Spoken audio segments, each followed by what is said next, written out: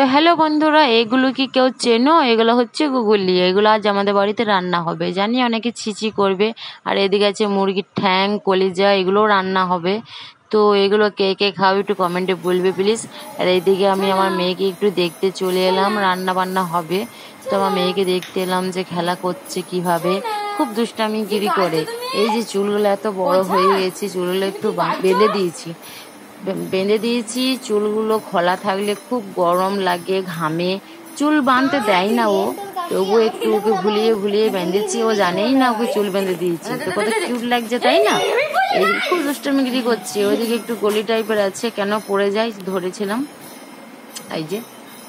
তো যাই হোক, ওইদিকে রান্না বান্না শুরু হয়ে গেছে। জানি অনেকে খাও না, আমাদের খুবই ভালো লাগে, তবু শেয়ার করলাম। এই যে মুরগির ঠ্যাং রান্না, এই যে। আর এটা হচ্ছে গুগুলি রান্না, আর এটা হচ্ছে করলা। তো আজকে